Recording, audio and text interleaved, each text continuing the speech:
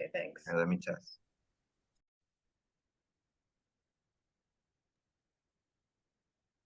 Hello and welcome to Advocating with and for Diverse Individuals and Families, Why and How, presented by myself, Diana Autain, and Lanisha, you want to introduce yourself? And myself, Lanisha Mako Ridley. And we're both with the SPAN Parent Advocacy Network, and we are presenting this webinar on behalf of the New Jersey Council on Developmental Disabilities. Johan. Thank you, Diana. And we're just going to go over how to use closed captioning and also in Spanish, but it's also available in different languages. To start using CC, click the caption button on your Zoom panel down below or wherever you see it on your device. Uso de subtítulos traducidas. The subtitles are automatically on. If not, junto al botón mostrar subtítulo, haga clic en el botón de enlace hacia arriba. If not, click on show captions. There is a up right arrow next to the CC icon, and you can pick translation 2. En la sección traducir al del menú, haga clic en el idioma al que desea traducir los subtítulos. Please click the language that you are selecting for captioning, or you can click on more to see other options or other languages available. Haga clic en opción más para ver más idiomas disponibles. Thank you. Thank you. So this webinar is intended for members of the New Jersey Council on Developmental Disabilities Networks. So that can include members of the council, staff of the council, members of the Regional Family Support Planning Council, self-advocates, and others. It provides an overview of why it's important for everyone to advocate with and for underserved individuals with intellectual and developmental disabilities and their families. And it also shares information and resources on how to collaborate in advocacy with and for underserved individuals with intellectual and developmental disabilities and their families. It's part of a multi-part webinar series, including a webinar on the language access obligations of the New Jersey Council on Developmental Disabilities and its affiliates, as well as the Council's language access plan, a webinar on cultural competence and on linguistic competence from the National Center for Cultural Competence, and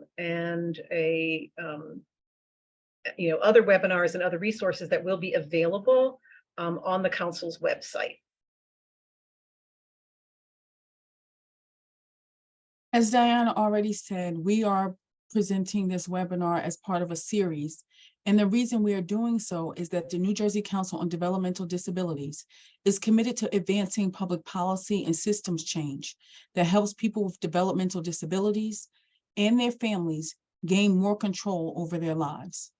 The New Jersey Council of Developmental Disabilities identifies the most pressing needs of people with developmental disabilities and seeks to respond to and address those needs.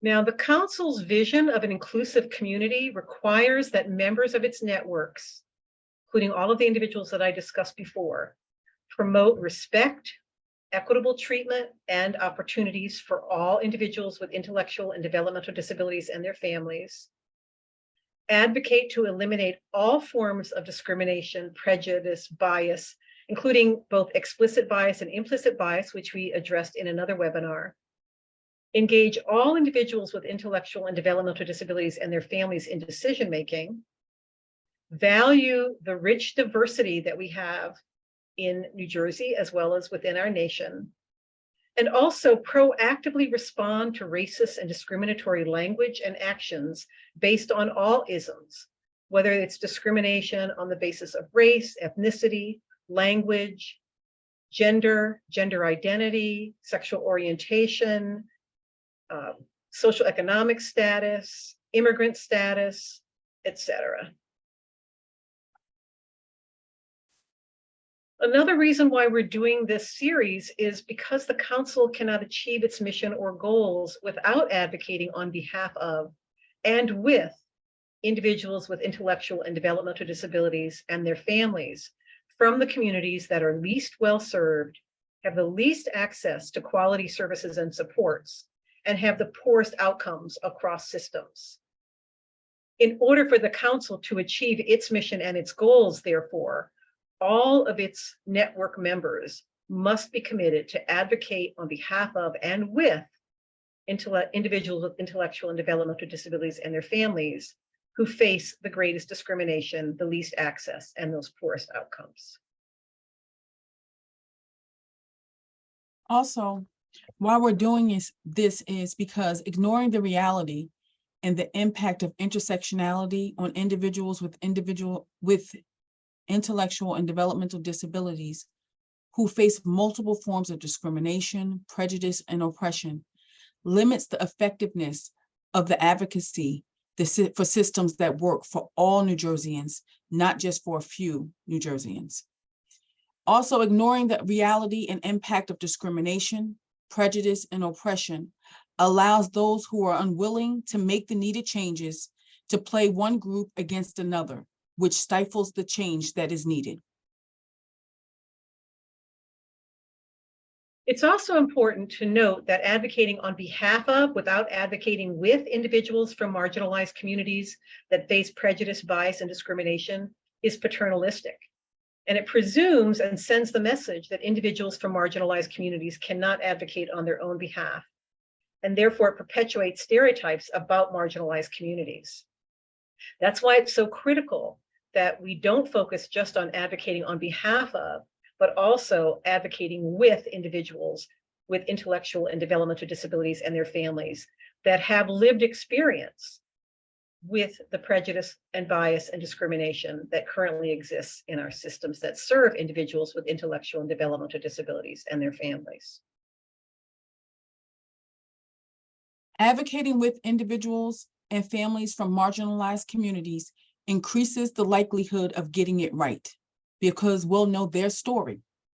And advocating with individuals and families from marginalized communities makes us all stronger as we're advocating all together. So why should we fight inequity? Inequity prevents those who face inequity from achieving their full potential, making their fullest contributions, and allowing all of us to benefit from those contributions. It also weakens the intellectual and developmental disabilities community as a whole. It increases the likelihood of retaliation and goes against our democratic ideals, those ideals which our nation has never completely lived up to, but still are those ideals that we hold. And in many cases, discrimination is illegal.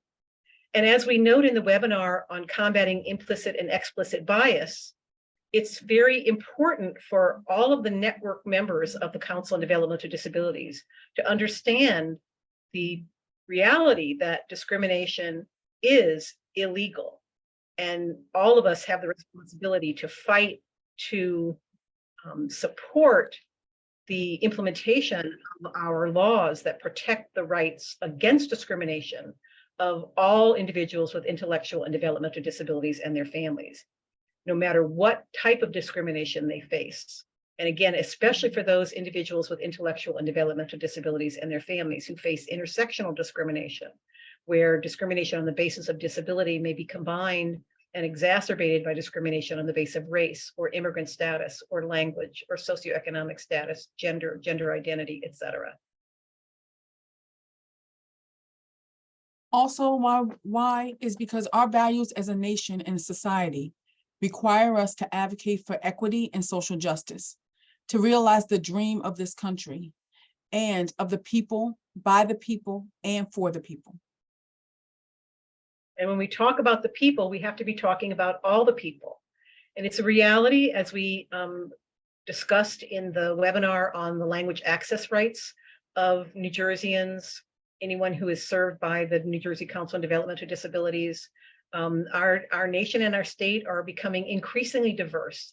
And so the people who have to be involved in of the people, by the people, and for the people are increasingly diverse. And this should not be just for some of the people, by some of the people, and for some of the people, but of all of the people in our nation and in our state, by all of the people in our nation and state, and for all of the people in our nation and state.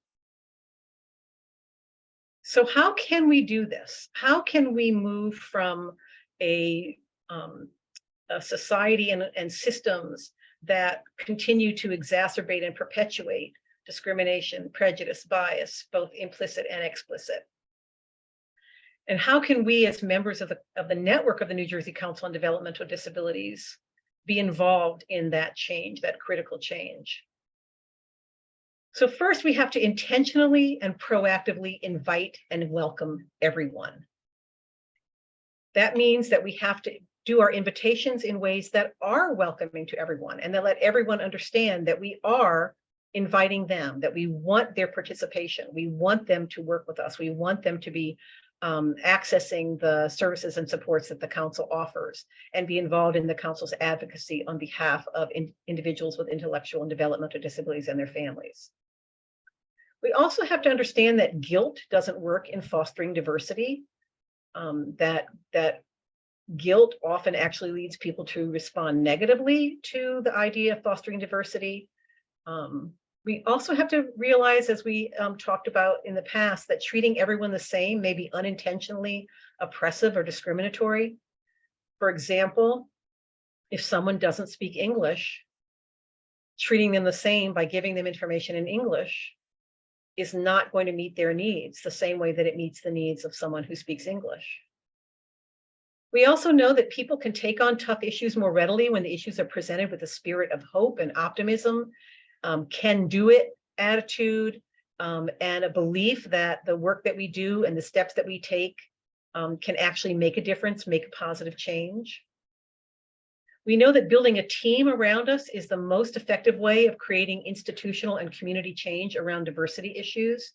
And this is one of the reasons why the council is sponsoring the series of workshops by SPAN and by the National Center on Cultural Competence, and placing them on their website so that members of the council, staff, members of the council's networks, and even members of the general public can become part of the team that the council is pulling together to create institutional and community change around diversity issues.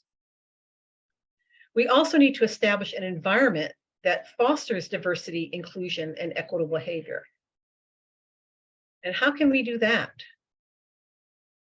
Well, one of the most important things is to learn about the diverse communities within our state, county, town, and neighborhood, and how current policies and practices impact them. Do they get the same benefits from those policies and practices as members of the majority community?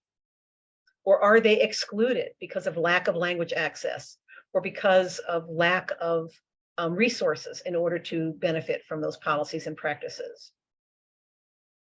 We need to be involved in documenting activities of discriminatory behavior and their impact on individuals with intellectual and developmental disabilities and their families, and understand the depth of the problem.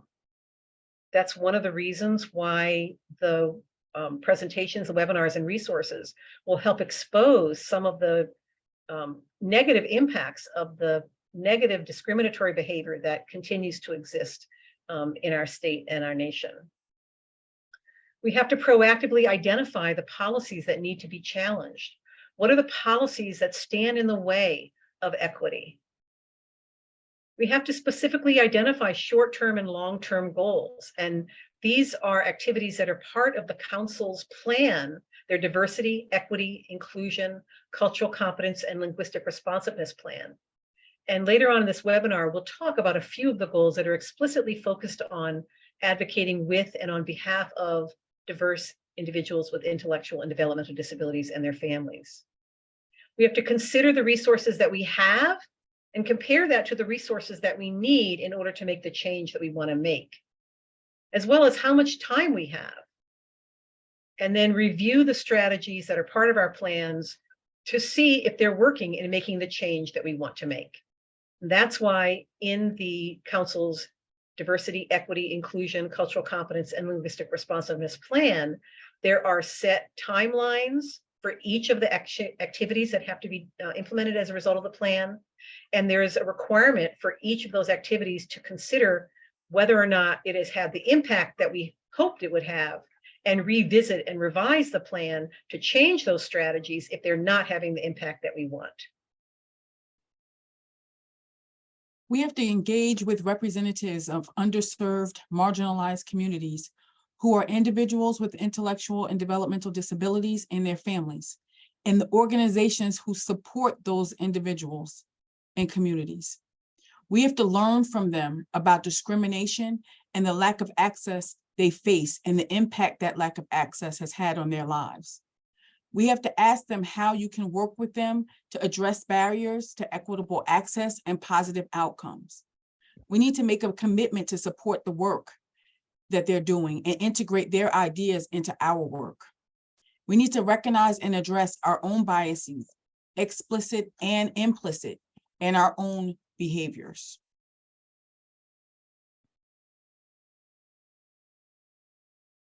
We need to be explicitly welcoming. We have to speak up when we hear slurs. We have to promote cross-cultural understanding at our workplace, in our neighborhoods, in our families, and in our groups to which we belong. We have to identify natural gathering points and traditions related to social gatherings. We need to build on our informal networks and relationships. We need to gain entry and credibility through traditional leadership structures. And we need to ask our state organizations that serve and advocate on behalf of different racial and ethnic and cultural groups for assistance.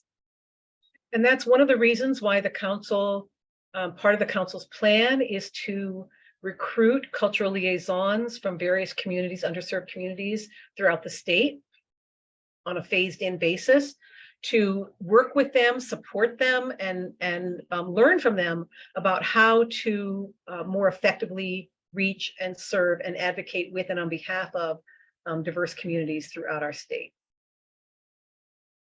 Now, we have some challenges that we have to be aware of when we're doing this work. One of the realities is that many people who have faced discrimination, bias, prejudice, and lack of access in the past live with those negative experiences and the impact of those negative experiences in the extent to which they have any interest in or trust in working with people who are from the majority culture or from organizations, including organizations like the Council on Developmental Disabilities. We also have to be aware that there can be misperceptions in those communities that face discrimination, prejudice, and inequities. A misperception about the intent with which the council is entering into this work, their long-term commitment to this work, and the extent to which they're willing to partner in those communities to help combat discrimination, prejudice, and inequities. We also have to recognize that discussions may create tension. When we speak up, as Lanisha mentioned, when we speak up when we hear racial slurs or anti-immigrant slurs or other types of prejudicial statements, or when we see the expression of implicit or explicit bias, we talk about those issues, that may create tension. And people are often afraid to have those difficult conversations. But we have to be willing to have those difficult conversations and deal with that tension and recognize that sometimes tension and working through tension is the only way to make change. We also have to recognize that because of those negative experiences in the past, that when we're trying to do this work, that it may generate feelings of an even higher degree of oppression. It may remind people about the oppression that they face and the fact that in the past, people may have started working with their community and then abandoned them when the process got too difficult. We have to be aware that there's often a challenge of linking process to action. How do we really take the actions that are needed in order to make the changes to eliminate inequities and foster the equitable society that we really want? And there's a challenge of devoting inadequate time, resources, knowledge, and skills to this work. We have to be willing to make the commitment to devoting a sufficient amount of time, resources, knowledge, and skills to combating the persistent process and persistent bias and prejudice that exists in our society. Now, some of the ways that we can address the challenges are learning from generalizations, but don't stereotype. For example, there are in many cultures, there are particular cultural perceptions, beliefs, and practices that may be different from the majority culture. And we need to learn from those customary or traditional belief systems and values. But we can't stereotype people. And I'll just give one example, which is I am a person who is has both a Cajun and Indigenous background. And if you learn about Cajuns, you learn a lot of things. For example, one of the things is we're not a time-bound people. But you can't stereotype me about that because I'm a person that has mostly lived in not Cajun communities for most of my life. And I went to law school and I learned to be very time-bound. So we can learn from generalization or things about different cultural beliefs and perspectives, but we can't stereotype people based on those. And we can't assume that everybody is exactly like that kind of cultural belief system.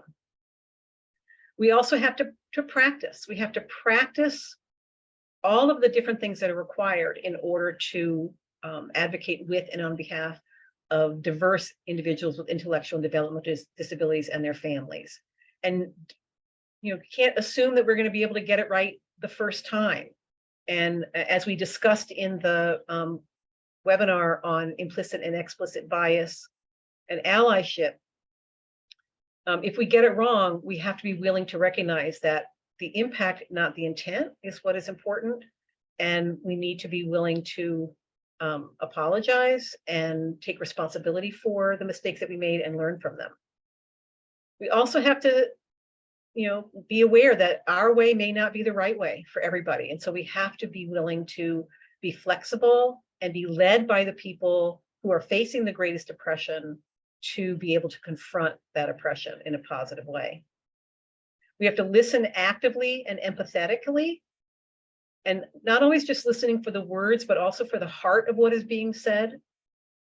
Respect the opinion of others, and be aware of different cultures and values and how our own cultures and our own values impact our relationships with others, as well as how others' cultures and values impact their relationships. Things like cultural beliefs about advocacy, cultural beliefs about respect for authority or respect for elders.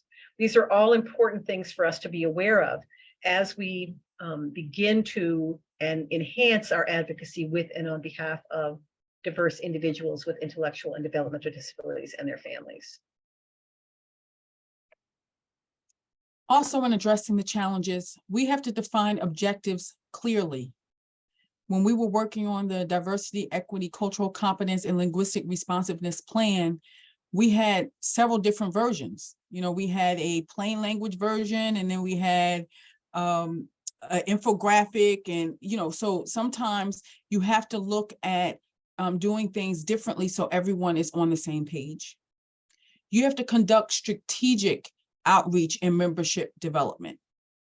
We have to establish and structure operating procedures that reinforce equality. We have to practice new and various modes of communication and special support. Not everyone communicates the same. In this day and age, we have so many different ways and vehicles that we can communicate. Some people prefer text. Some people prefer email. Some people still prefer talking on the phone. So we need to find out and define for everyone what their favorite and preferred mode of communication is. We need to create leadership positions for everyone. And we need to engage in culturally sensitive activities.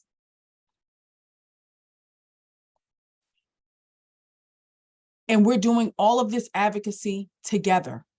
Together, we're going to build power at the base by bringing together constituents from various and diverse backgrounds to advocate together.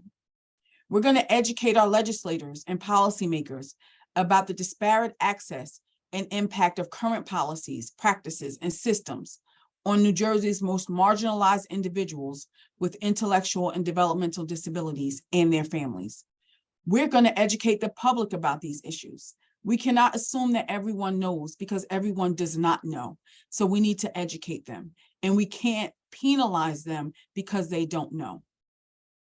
We need to research the data and the underlying causes for inequity.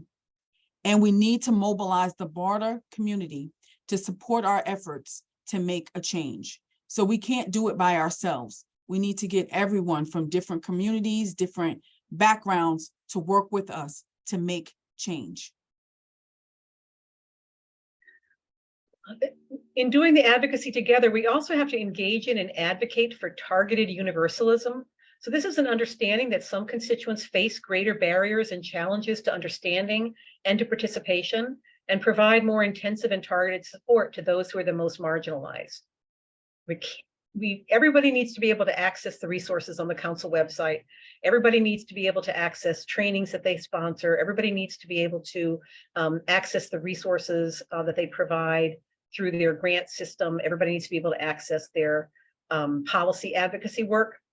But we also have to be aware that there are individuals with intellectual and developmental disabilities and their families that face greater barriers for a variety of reasons, and that we have to be prepared to provide the additional intensive and targeted support to enable them to participate as effectively as everyone else. We need to plan convenings to educate policymakers, legislators, the public, and members of the community of individuals with developmental and disabilities and intellectual disabilities and their families about inequities, what they are, who faces them, and their impact. We have, for example, facilitated training for the council members on the data, on the current data about what happens for individuals with intellectual and developmental disabilities and their families from diverse racial backgrounds, language backgrounds, and how those outcomes are different and not as positive as outcomes for others who are from the majority community. We also need to proactively provide information, training, and support to those who face the greatest inequities and encourage them to take on leadership roles while providing the necessary support to enable them to feel confident about that and to be able to actually become effective leaders in all of the actions that are being taken to support and change policies and practices around services for individuals with intellectual and developmental disabilities and their families, particularly those from the most underserved backgrounds. We have to ask people from those communities to share their stories and experiences and their recommendations for improvement, and provide the needed support so that they feel confident in this effort. We can't just have people who face discrimination provided with an opportunity to talk about the negative things that are happening today. That's important. But we also have to provide the opportunity for them to share and be involved in the process of making the improvements that are needed. We have to prioritize advocacy around policies that are most harmful to marginalized communities. And we have to become familiar with the New Jersey Council on Developmental Disabilities Diversity, Equity, Inclusion, Cultural Competence, and Linguistic Responsiveness plan and all of the activities that are in it, and work to make sure that plan not only is implemented, but also has the impact that we're looking for.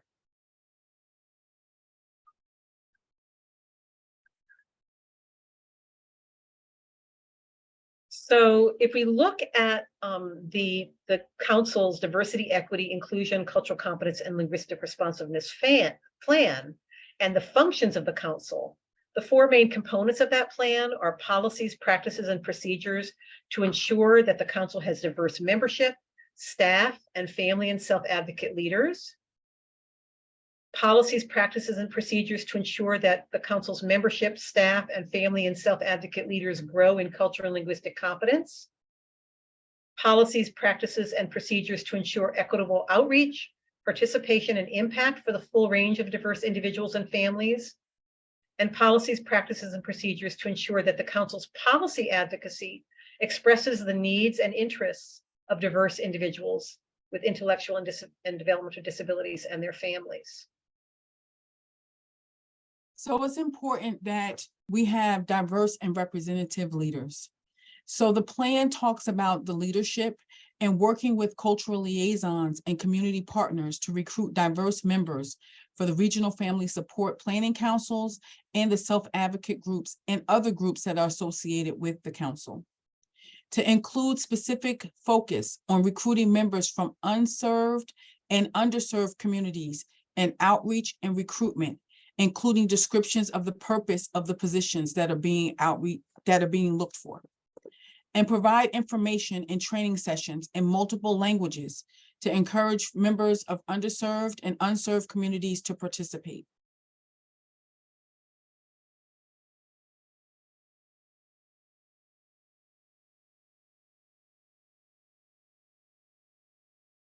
The plan also talks about equity and outreach in programs. And so we want to engage with representatives from unserved and underserved communities to identify effective strategies to reach communities that have not previously been effectively reached by the council's work, to identify their unmet needs and programs that can address those needs and reduce gaps and disparities, to develop and implement culturally and linguistically competent and appropriate programs, to use targeted universalism in activities, and to allocate resources based on community needs and current status in terms of outcomes. Resource allocation example. So let's talk about how we can make sure that families from underserved and unserved communities are provided the necessary resources. And that's by all individuals and families gaining access to information on the council's website. That's universal. That the New Jersey Council on Developmental Disabilities allocates resources to enable individuals with LEP to access the information. That's translation. For the council to allocate resources to go into unserved or underserved communities with the lowest outcomes to provide more intensive information and support. For example, the cultural liaisons that have been started, and for the council to allocate policy resources to advocate for improvements to reduce, eliminate barriers and gaps. And in terms of equitable impact on policies, which is really at the heart of advocating on behalf of and with diverse individuals with intellectual and developmental disabilities and their families, the council's plan talks about developing specific criteria by which the council will analyze current and proposed state policies and practices and include this analysis when prioritizing which policies and practices on which to focus their advocacy. And that criteria will explicitly include the gaps in outcomes, the gaps in access for members of culturally and linguistically diverse populations of individuals with intellectual and developmental disabilities and their families. The plan also calls for the council to develop specific language for inclusion in their comments on proposed state policies and procedures that will highlight the council's commitment to diversity, equity, inclusion, cultural competence, and linguistic responsiveness, and to use that language in their comments. But also to share this language with their own staff, with council members, with members of the Regional Family Support Planning Councils, and with self-advocates, with their DDAC partners, such as the Boggs Center, University Center of Excellence on Developmental Disabilities, and Disability Rights New Jersey, their grantees, and the general public. It's not enough for the council to include this language only in their own comments, and not to share this language and encourage its use by others who are commenting on policies, to make sure that the commitment to removing barriers to access and improving outcomes for the most marginalized communities that face discrimination, bias, and prejudice are removed. Another important component of the plan in terms of equitable impact on policies is facilitating outreach activities for people with intellectual and developmental disabilities and their families from underserved and unserved communities to discuss pending legislation as well as needed legislation and regulations with state legislators and staff. Another strategy is to ensure a focus on issues related to diversity, equity, inclusion, cultural competence, and linguistic responsiveness in presentations to and meetings with the New Jersey Disability Legislative Caucus, and to include presentations by representatives of the most unserved and underserved groups in these forums with the New Jersey Disability Legislative Caucus. If the council is going to be having a legislative caucus session on special education, for example, we need to include a focus on disproportionality in special education, disproportionality in the most segregated settings, disproportionality in the use of discipline, and disproportionately negative outcomes, including graduation rates and dropout rates. These have to be essential components of all of the forums with the New Jersey Disability Legislative Caucus to make sure that we're not just talking about the topics in general, but also about their impact on those communities that are least well served by our current systems. So policy impact examples that we could hope for from the council's advocacy and their advocacy with their partners and their networks. Increased availability of translated information from state agencies. For example, supporting the current advocacy by the New Jersey Alliance for Immigrant Justice to expand state law around translated information by state agencies. Another example might be changes in state law and regulations that make it easier for underserved and unserved individuals and families to get the services they need. Increased funding for programs that support individuals and families of color and immigrants and others that face least access and poorest outcomes, as well as ongoing discriminatory behavior and language. And of course, reduction in outcome gaps between individuals with intellectual and developmental disabilities from diverse racial, ethnic, socioeconomic, and other groups. It's important to advocate for change policies and systems and services, practices, but it's also important that we're advocating for the right solutions that will actually reduce these outcome gaps that are so significant and pervasive, not only in our state, but in our nation. So in conclusion, the council members, staff, and network leaders must all continue educating ourselves as we continue on this journey to a council that is more diverse and more representative, more focused on addressing gaps in inequity in access and outcomes, more effective in outreach, engagement, and impact for underserved populations, engaged in advocacy on behalf of and with underserved and marginalized communities, and a state and national leader in diversity, equity, inclusion, cultural competence, and linguistic responsiveness. And at this point, we are going to stop the recording and open it up for questions.